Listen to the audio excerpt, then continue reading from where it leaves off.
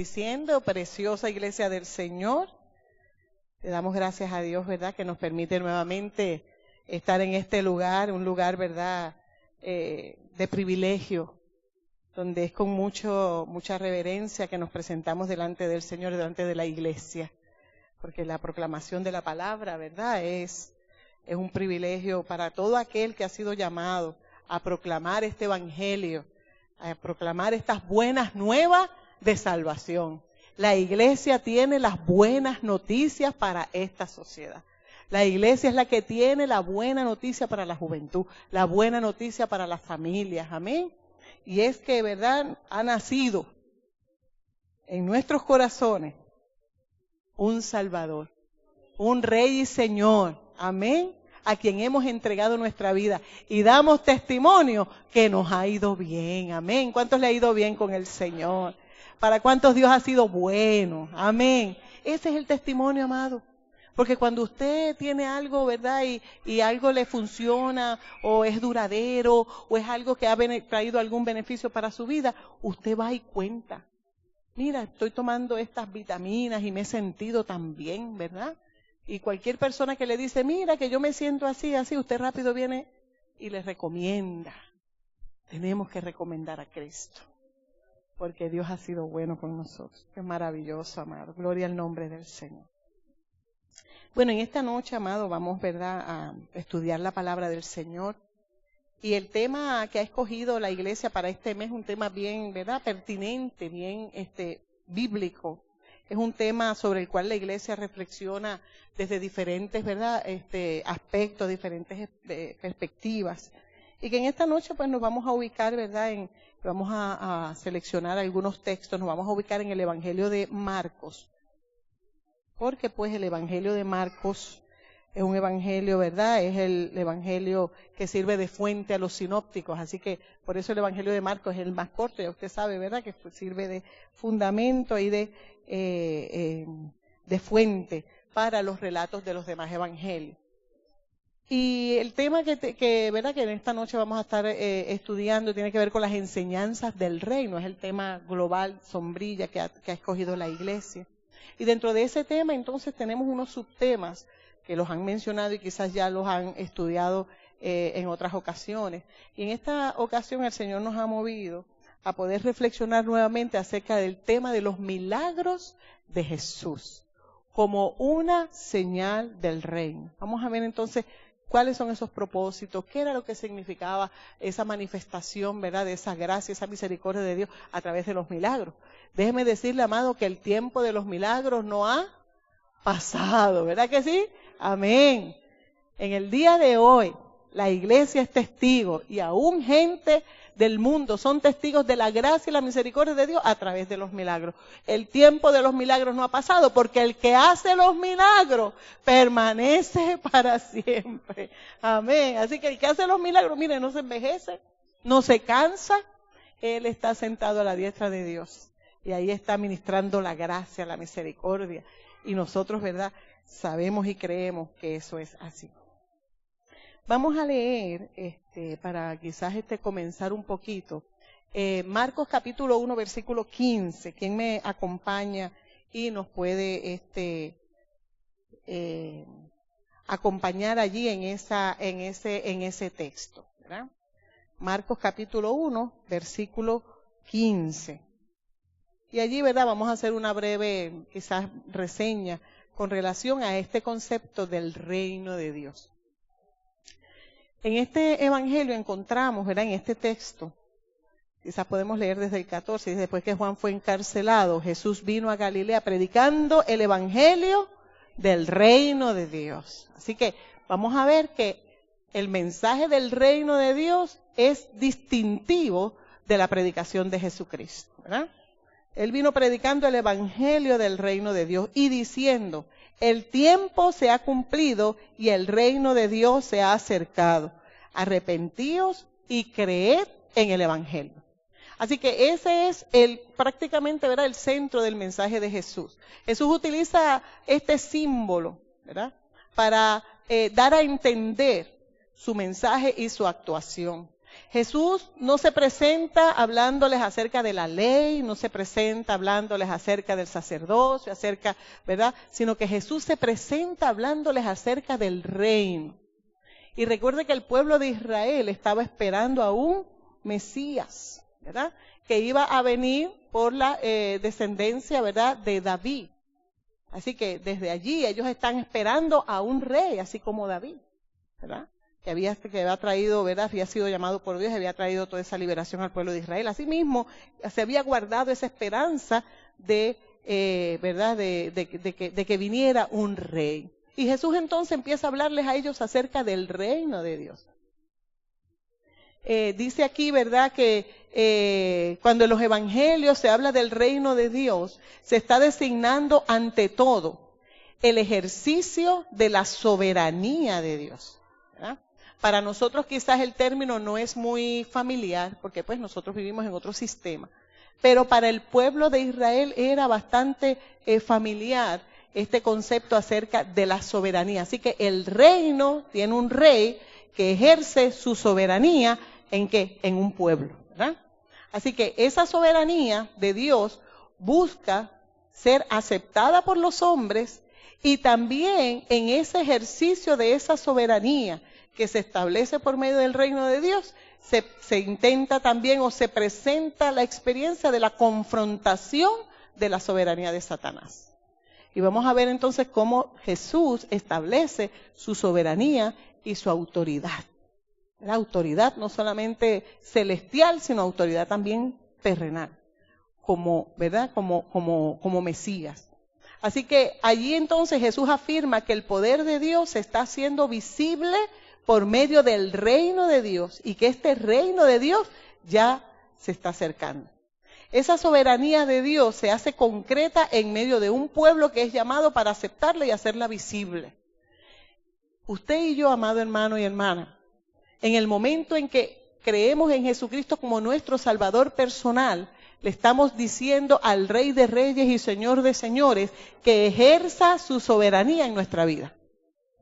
El Padre Nuestro, nuestros hermanos católicos, ¿verdad?, lo utilizan frecuentemente en sus devociones. Nosotros casi no lo utilizamos, ¿verdad? Porque nosotros pues hacemos, aunque los conceptos son los mismos, pero no lo hacemos de manera, ¿verdad?, repetitiva.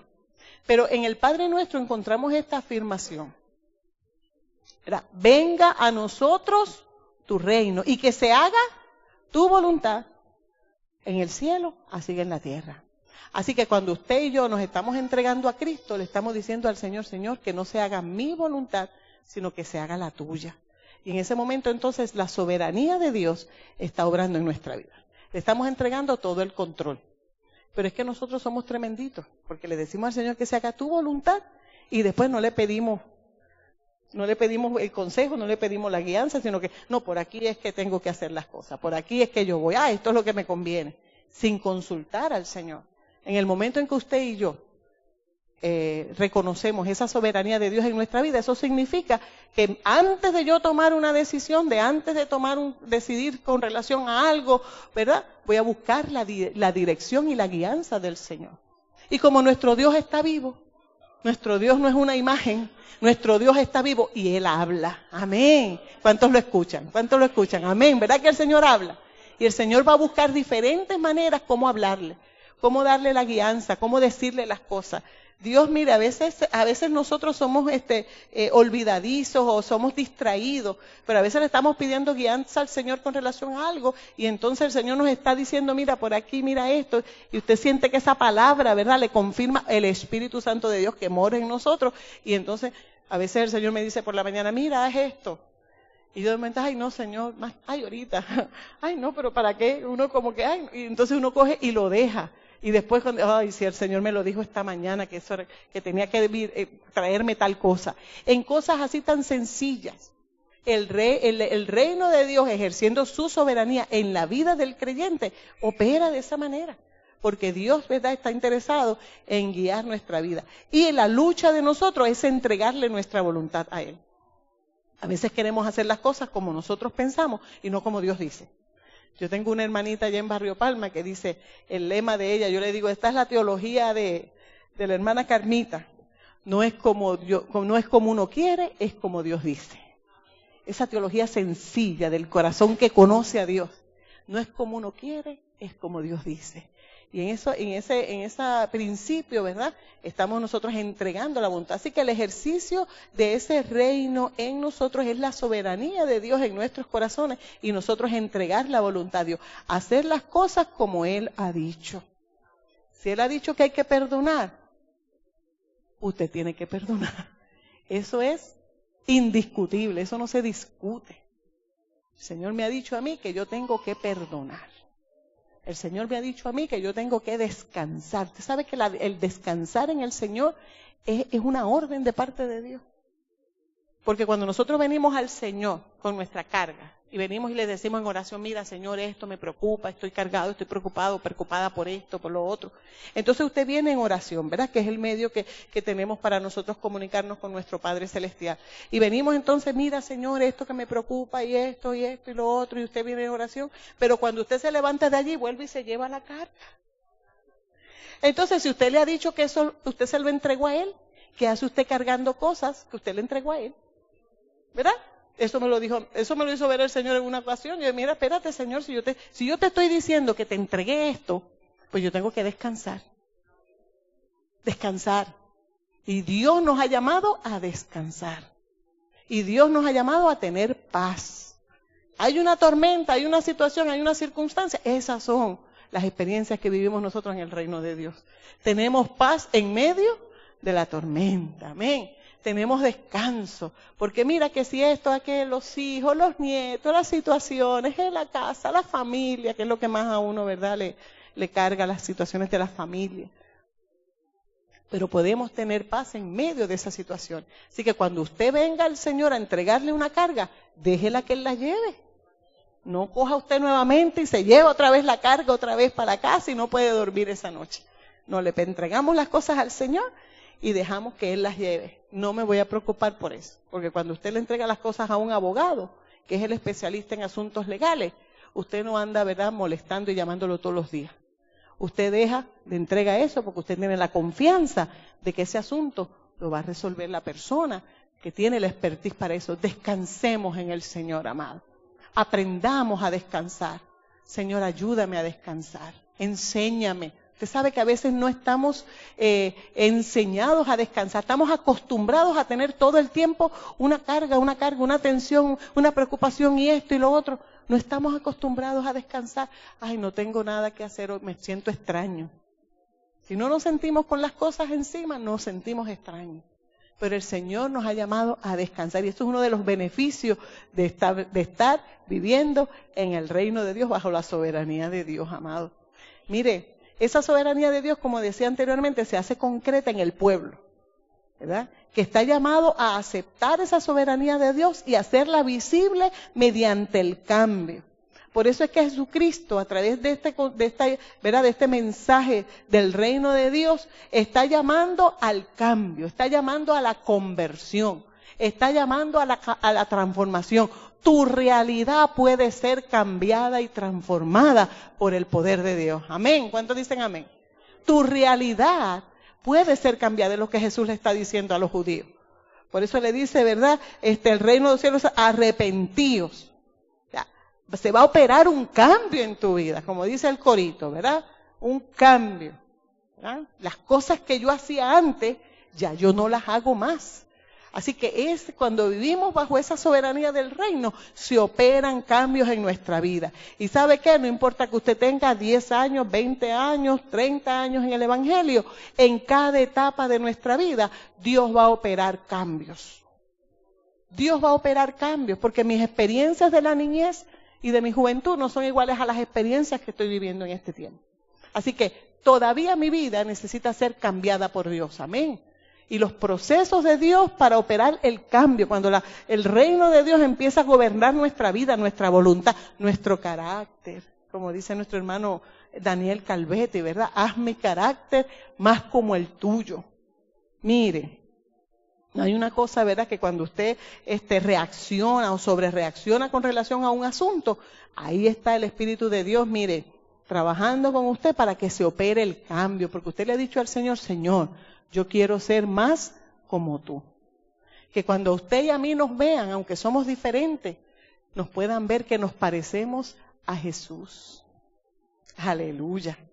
El que vive en el reino se identifica como que vive en ese reino. Mire lo que le pasó a Pedro, ¿verdad? Que lo vimos la semana pasada, la semana de lo que celebramos la Semana Santa. ¿Ah? Es que tú hablas como ellos. No, yo no ando con ellos, yo no soy de ellos, pero es que tú te pareces a ellos. Aleluya. Cuando el reino de Dios y la soberanía de Dios opera en nuestra vida, se empiezan a producir cambios en nuestra vida y entonces usted y yo nos empezamos a parecer a aquel de quien pertenecemos. Amén. Gloria al nombre del Señor. Empezamos a vernos como Él. La gente empieza a ver el amor de Dios. La gente empieza a ver a Dios. Dice, pero es que tú eres diferente. Usted empieza a traer luz y bendición donde quiera que usted va. Porque la presencia de Dios está allí. La gloria de Dios está allí, aleluya. Así que esa soberanía de Dios opera cambios en nuestra vida. Y hay arrepentimiento y se produce el cambio, lo que Él quiere hacer para nuestras vidas. Para Jesús, mire esto qué maravilloso, para Jesús la soberanía de Dios es la misericordia que se manifiesta en los más débiles y en los más necesitados. Y también es la recuperación amorosa que los pobres y los más necesitados de la tierra necesitan. Este reino de Dios no viene para imponerse a la fuerza. Este reino de Dios viene para manifestar la misericordia de Dios. La misericordia de Dios, la bondad de Dios, el amor de Dios empieza a ser manifestada a aquella sociedad que estaba en necesidad. Porque el pueblo de Israel estaba pasando, ¿verdad? Estaba bajo el yugo de los romanos. Había muchos enfermos, había mucha necesidad en el pueblo. El pueblo había pasado tantos años, estaba sin esperanza, en unas prácticas religiosas ritualistas, sin tener un contacto, una relación real y personal con Dios, sin haber podido sentir el toque de Dios en sus vidas, hasta que llega Jesucristo y le dice, mire, el reino de Dios se ha acercado, aleluya. Y entonces allí el amor de Dios empieza a manifestar. Mire, Mateo 18:3, recuerda ese texto que habla acerca de que Jesús trae a un niño, ¿verdad? Y entonces búsquelo por allí si alguien me puede ayudar, cuando habla acerca de que él no puede recibir el reino de Dios como un niño, ¿verdad? Mateo 18. Mire la importancia, ¿verdad? De la imagen de 18:3, tengo aquí. 18:3, Mateo. Sí. ¿Quién nos acompaña para...? Ajá.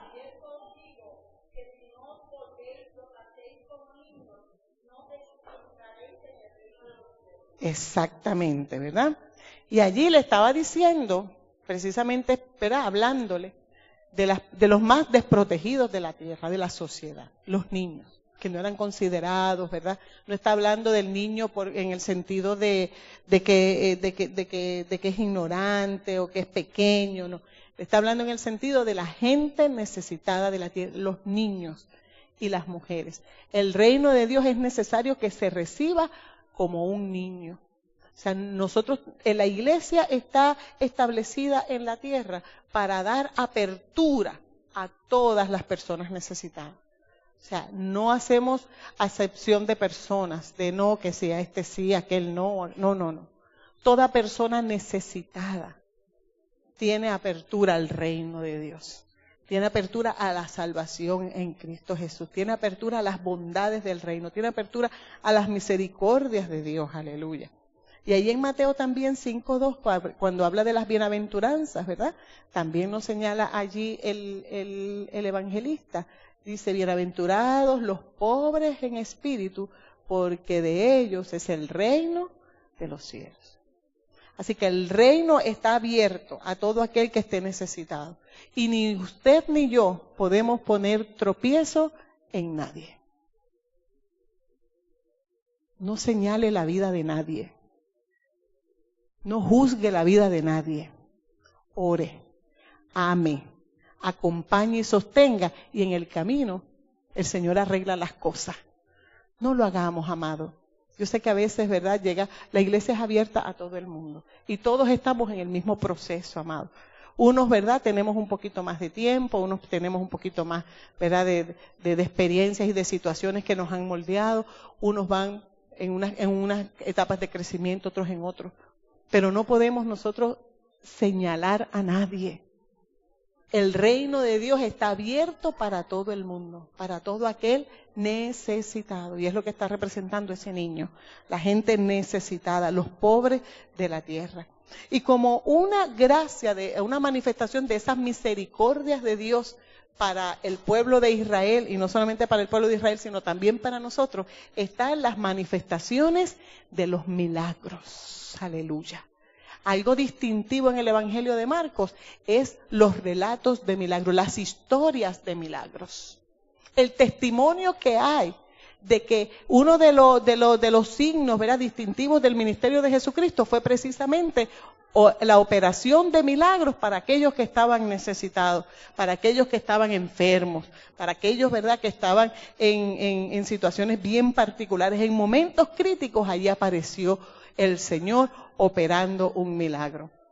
Y los exégetas, ¿verdad?, que son las personas que se dedican a estudiar la Escritura de manera más profunda y hacen clasificaciones y nos ayudan a entender un poquito más el texto bíblico. Ellos entonces clasifican estos relatos de milagro dentro de lo que se llama como un género literario. Cogen el Evangelio de Marcos y entonces en Marcos empiezan a ver los relatos de milagro. Vamos a ver uno de esos relatos de milagro. Allí prácticamente, ¿verdad?, rapidito nos encontramos, ¿verdad?, con la sanidad que se opera en el capítulo 1, versículo 40. Jesús sana a un leproso. Y usted va a encontrar allí, ¿verdad?, en el Evangelio de Marcos y después con referencia a los sinópticos, también va a encontrar entonces allí las narrativas de milagros. Así que allí se encuentra, ¿verdad?, un género, como género literario, estas historias de milagros que encontramos allí. De igual manera, así como encontramos los relatos de parábola que cumplen un propósito dentro de la Escritura. Mire, para el primer evangelista Marcos, la historia de milagros juega un papel muy importante en el ministerio de Jesús. Alrededor de 19 historias de milagro, hasta la narrativa de la confesión de Pedro, y 3 historias después de la confesión de Pedro, muestran la importancia que Marcos le da a las historias de milagro. Y así como Marcos también hace ese señalamiento con un propósito, también los sinópticos, que vienen siendo Mateo y Lucas, también entonces hacen referencia a eso. Mire, en los sinópticos los milagros son la evidencia de que el reino de Dios se ha acercado. Mire, ¿usted sabe cuál es el milagro más importante que se opera en nuestra vida? El milagro de la salvación. Y usted dirá, ¿pero por qué la salvación es un milagro? Porque dice la Escritura que en nuestra vida se opera, ¿verdad?, el poder de la resurrección. Nosotros estábamos muertos en delitos y pecados y por medio del sacrificio de Cristo en la cruz del Calvario somos resucitados a una nueva vida. Así que dice, está operando un milagro. Amén. Estábamos alejados de Dios.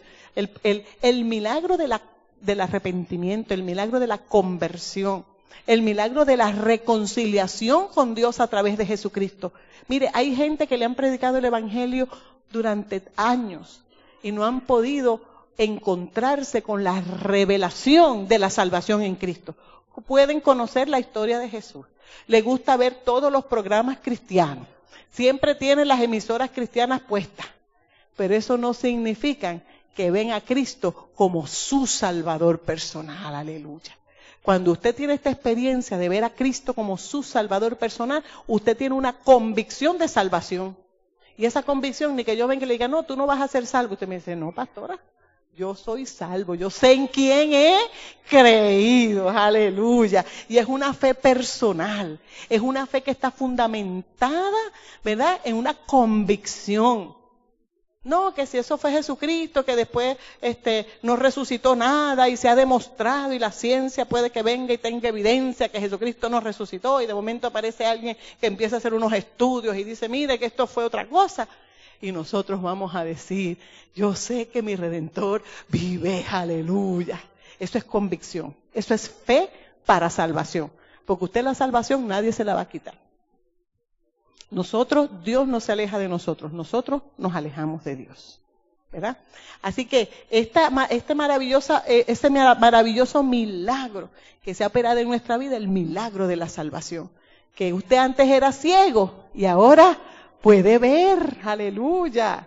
Que usted antes estaba muerto, sin vida, sin propósito en la vida, y Dios lo levantó de allí, lo hizo una nueva persona. Usted vive con esperanza, usted vive con propósito, usted sabe que Dios le ha colocado aquí en esta tierra con un propósito, aleluya. Mire, yo soy consejera escolar, los otros días se lo comentaba, y una de las cosas que yo veo en mis niños, ¿verdad? Adolescentes ya, o sea, cuando yo les digo a ellos, pero ¿qué es lo que tú quieres lograr? ¿Qué es lo que tú quieres hacer? ¿Qué tú quieres estudiar? No, ellos no saben que tienen un propósito. Y usted y yo en el momento en que creemos en Jesucristo ya sabemos que Dios nos llamó con un propósito. Que no importa que seamos miles, no importa que seamos muchos, de diferentes culturas, de diferentes idiomas, de diferentes lenguajes, Dios nos llamó con un propósito de dar testimonio del reino de Dios. Dar testimonio de la fe, dar testimonio de la salvación, dar las buenas nuevas de salvación a toda criatura, aleluya. Gloria al nombre del Señor. Mire, así que Marcos, ¿verdad? Tanto Mateo como Lucas también, que utilizan como fuente a Marcos, conservan las narrativas de milagro. Y reconocemos entonces en esta literatura cómo las narrativas de milagro tienen una gran importancia. Juan también presenta, miren, en el caso de Juan, y por eso estamos haciendo, ¿verdad?, este tipo de comentario. En el caso de Juan no utiliza la idea de milagros como evidencia del reino de Dios, sino que Juan lo que utiliza es el concepto de señales. ¿Recuerda el primer milagro que hizo Jesús? ¿Cuál fue? ¿Cuál fue el primer milagro que hizo Jesús narrado en el Evangelio de Juan? ¿Verdad? Este principio de señales, ¿cuál fue? ¿Cuál fue? El de las bodas, ¿verdad? Ahí estuvo el milagro. Dice, y este principio de señales hizo Jesús y sus discípulos, ¿verdad? Y ahí está toda la narrativa con relación a ese primer principio de señales. Fíjense que en el caso de Juan hace una diferencia, ¿verdad?, entre los sinópticos, porque entonces Juan dice, no, estas son señales de que Él es el Hijo de Dios, porque el propósito de Juan era ese, dar testimonio de que Jesucristo es el Hijo de Dios, ¿verdad? Presenta a Jesús como Hijo de Dios y entonces utiliza esas señales. Mire, en Juan también vamos a encontrar, los comentaristas también han señalado este libro como el libro de los signos o de las señales.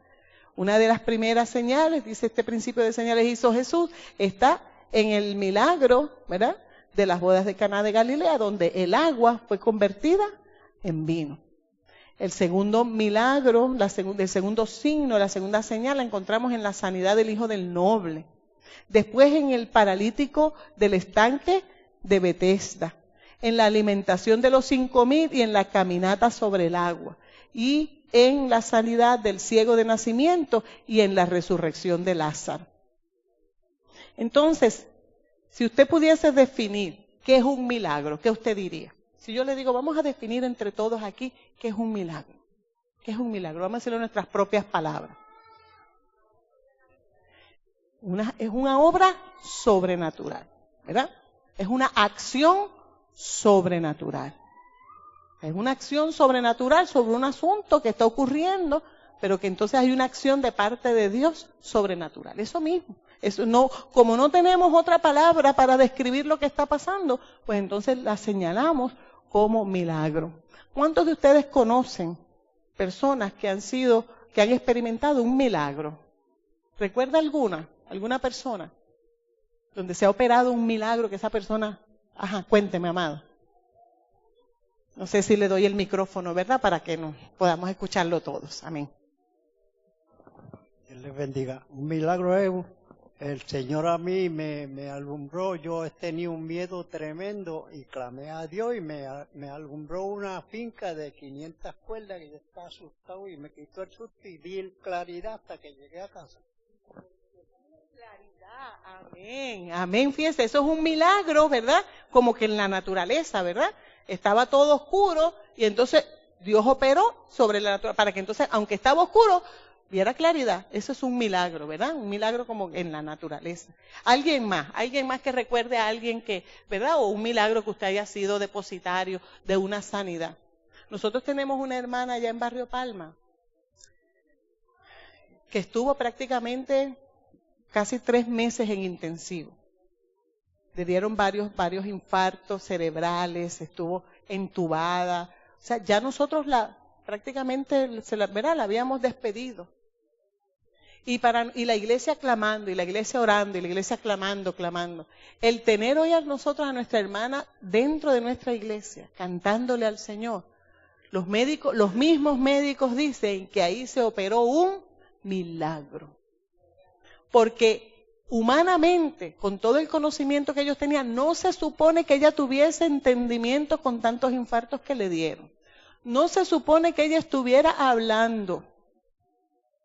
Por las mismas situaciones que le dio, la entubaron, ella no podía hablar, ella duró 3 meses que no podía hablar. Y era de las hermanitas que cantan en la iglesia. Y no se supone que ella estuviera ni siquiera caminando, hermano. Porque cuando se dan esos derrames, la persona puede quedar impedida de alguna parte de su cuerpo, mentalmente, físicamente puede quedar impedida. Así que en ese sentido, ¿verdad? Se operó el milagro. Así que Dios sigue haciendo milagros en este tiempo. Mire, así como usted decía, ¿verdad? Y decía nuestra hermana, un milagro lo podemos definir, y lo han definido algunos comentaristas, algunos teólogos. Una historia de milagro es una narrativa que contiene un acontecimiento milagroso. Es un acto, es una ruptura milagrosa en contra de las restricciones opresivas de la vida humana. O sea, en este sistema del mundo se opera entonces algo extraordinario, ¿verdad? Entonces, también estos comentaristas han clasificado los milagros. Por ejemplo, el testimonio que da nuestro hermano es un milagro en la naturaleza.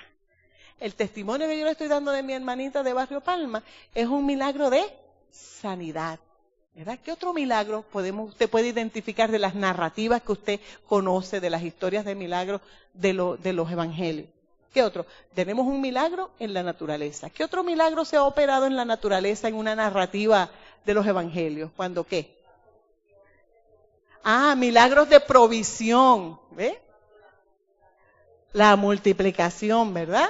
Amén. Así que ya usted va viendo, fíjense que la misma escritura le va dando ¿verdad? Le va dando unas guías para que usted mira, ¿cómo se operan los milagros? Pues mira, hay unos milagros de provisión, hay unos milagros en la naturaleza. Por ejemplo, cuando Jesús calmó la tempestad, ¿verdad? ¿Qué fue lo que hizo? Dio la palabra, e inmediatamente los vientos cesaron, ¿verdad? Así que se operan los milagros en diferentes, ¿verdad? En diferentes acciones, en diferentes escenarios. Tus pecados te son perdonados también, ¿verdad? Y lo mencionamos ahora, el milagro de la salvación. Mire, un milagro extraordinario que también los comentaristas lo señalan. Es el milagro de la resurrección. El milagro de la resurrección, no solamente de Lázaro, sino el milagro de la resurrección operado en la persona de Jesucristo. Porque en el caso de Lázaro volvió ¿a qué? Lázaro volvió a morir, ¿verdad? Fue un tiempito más que le dieron.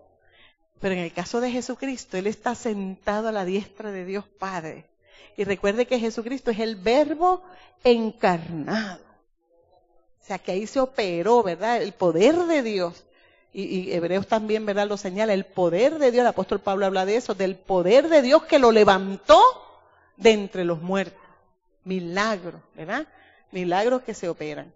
Además de eso, mire, vamos a ver si podemos tomar unos minutitos para buscar, mire, Tenemos ahí las historias de milagros de sanidad, de provisión, como dice la hermana, milagros sobre la naturaleza, pero también se operaban otros milagros que eran milagros de liberación, ¿verdad?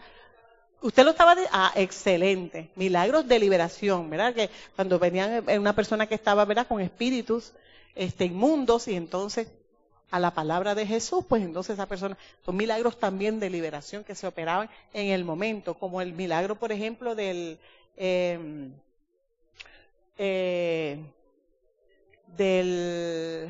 endemoniado, ese mismo, que por la operación de ese milagro estaba en su juicio cabal, sentado, vestido y en su cabal juicio.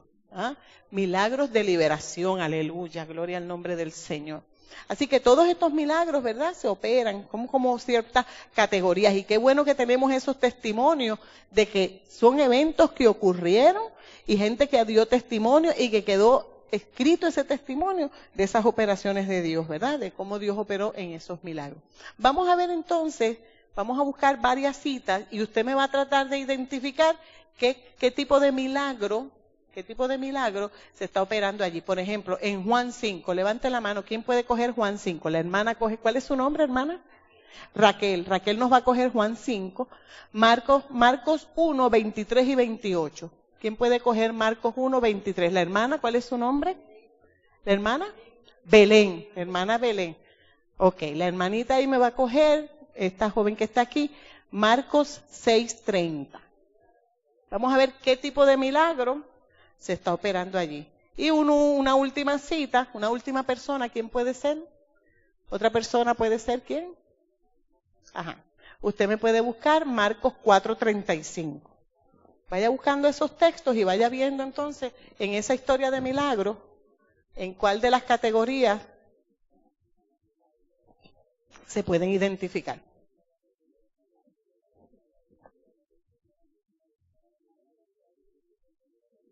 Ya la hermana Raquel lo tiene, ¿verdad? Ajá. ¿Qué milagro se está operando allí, amada? Milagro de sanidad. Mire el milagro de sanidad. Vamos a ver si usted puede identificar allí este autor que se llama Ediberto López, del seminario. Él tiene un libro que se llama Para que comprendáis las escrituras. Y entonces Ediberto López me gusta mucho porque él coge estas historias de milagro, entonces él desglosa los procedimientos. Vamos a identificar allí, Raquel, en este milagro de sanidad, se describe una situación más allá del control humano. ¿Qué era lo que estaba pasando allí? Por muchos años, ahí está, mire, la descripción que se escapa al control humano. Un paralítico de muchos años. Entonces, después, se relaciona con la situación, o sea, Jesucristo se relaciona con la situación a través de un toque, de una palabra o de un ritual con sustancia. ¿Cómo fue la manera como Jesús actuó sobre esa persona? Le dio una palabra, le tocó. ¿Qué dice allí? ¿Qué dice el relato? No, usted me explica. La persona está paralítica, ¿y qué hizo Jesús? Exactamente. ¿Cómo fue? Muy bien. Y anduvo, ¿verdad? ¿Cómo fue que Jesús operó para que se accionara? A través de una palabra, ¿verdad? Entonces, cuando usted lee el relato de milagros, usted dice, ok, hay un evento, hay una situación, y entonces, ¿cómo fue que Jesús actuó? ¿Verdad? Entonces, ahí fue a través de una palabra. El milagro cambió la situación. Dice, toma tu lecho y anda. ¿Y qué hizo el paralítico? Se levantó en el momento. Su situación cambió completamente, ¿verdad?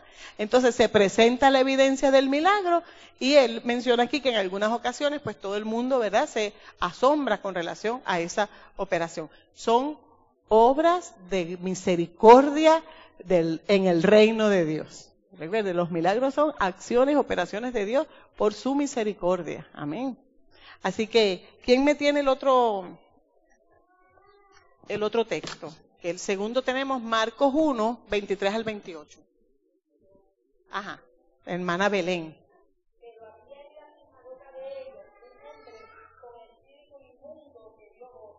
Ajá.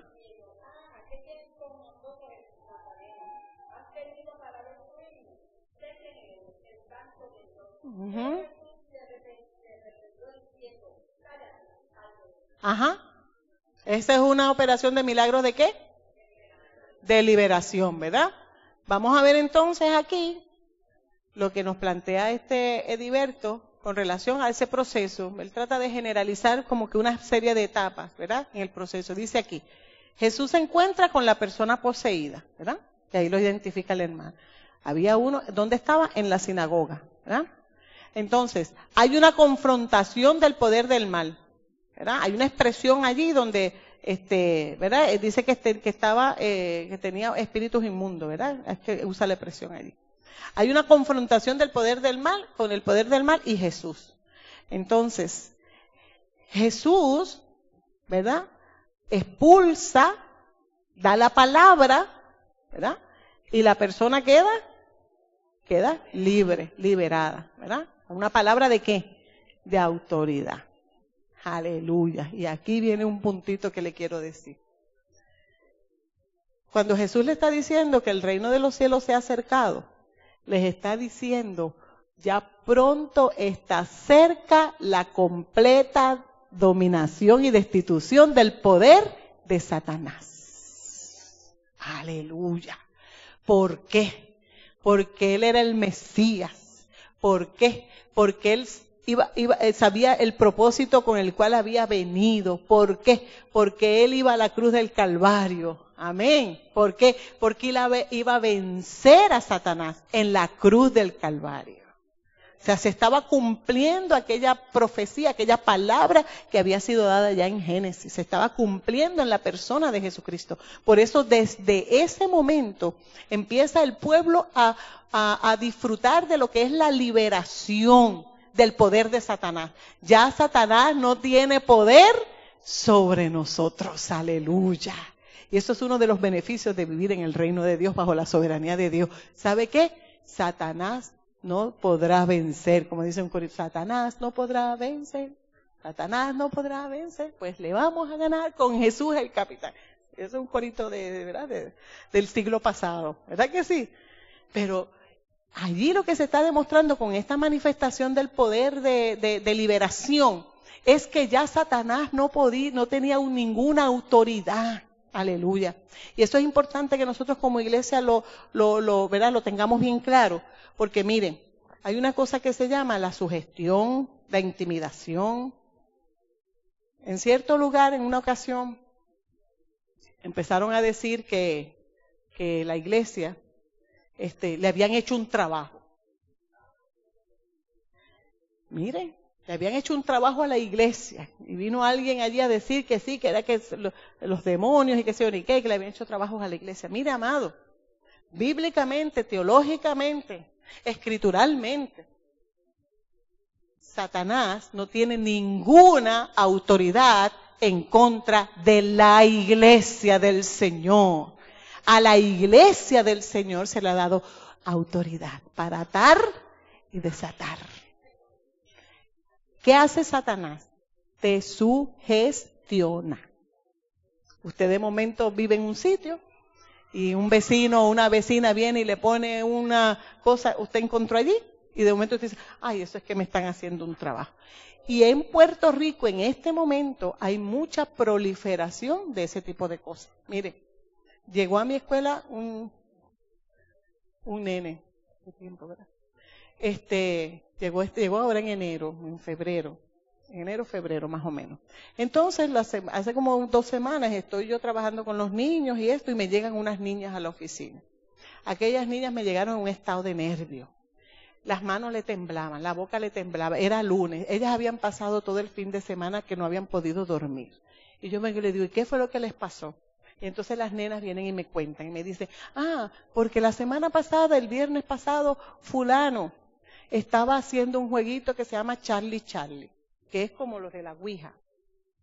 Yo realmente hace tiempo que yo no sé eso de Charlie, yo sé de la Ouija, pero yo no sabía de Charlie Charlie. Y yo digo, ay, pero eso es nuevo. ¿Y qué pasó con él?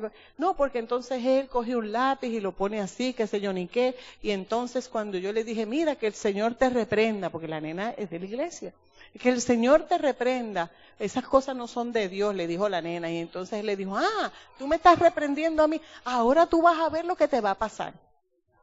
Y entonces cogió y escribió el nombre de la nena en el papelito, nada, una hojita de esas de libreta.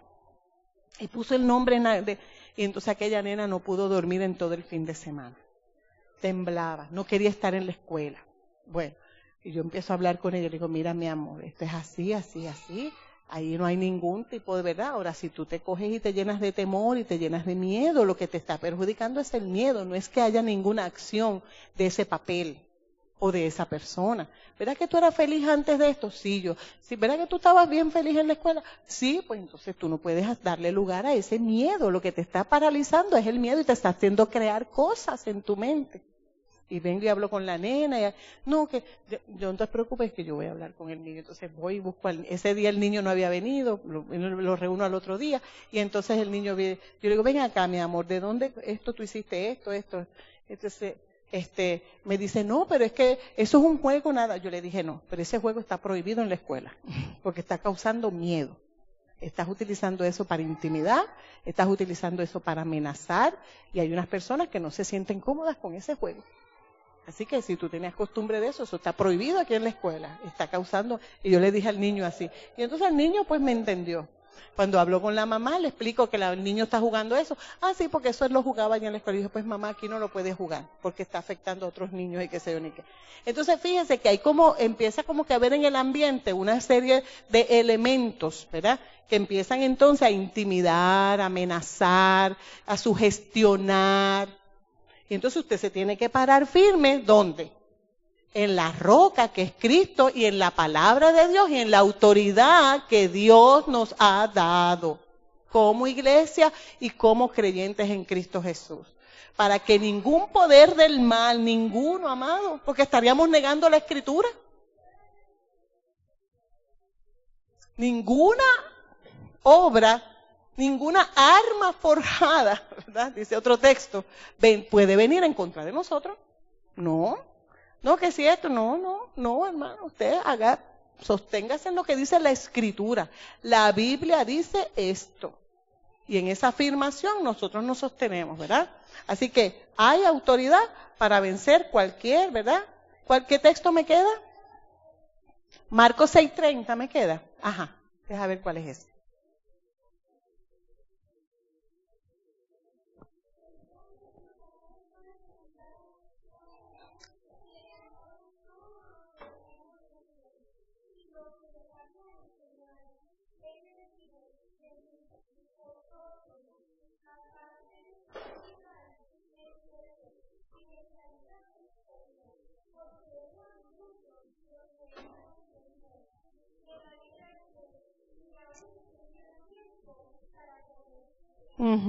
¿Verdad? Ahí estamos hablando acerca, ¿verdad? De acerca de la multitud, de esa gran multitud, ¿verdad? ¿Tú leíste el 6:30? 6:30, ¿verdad? 30 y 31. Sí, porque ahí está. Exacto, y le dijo, venid, descansad, y ahí está entonces el milagro de ¿qué? Exactamente, ¿verdad? ¿Fue un milagro de qué? De provisión, ¿verdad? Un milagro de provisión, ¿verdad? Y entonces, Ediberto dice, ese milagro de provisión que lo vemos en Marcos 6:30, dice, Jesús percibe una necesidad, ¿verdad? Había una multitud y había que alimentarlo. Jesús percibe una necesidad. Amén.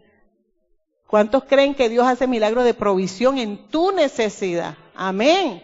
Amado, si hace falta que se multipliquen los panes y los peces, Él lo va a hacer. Y tenemos testimonio. La iglesia del Señor en Puerto Rico, en épocas más difíciles que esta, recibió milagros de provisión. Se multiplicaba, llegaba la provisión de parte de Dios. Amén. Así que allí, ¿verdad? En ese milagro de provisión, Jesús percibe la necesidad, ¿verdad? Hay una acción de parte de Jesús de proveer. Y entonces Jesús suple esa necesidad. En este caso fue por medio de ¿qué? ¿De un qué? De un acto, ¿verdad? De un acto. Se multiplicó el alimento allí. ¿Así? ¿Ves? Y entonces, dígame, amado.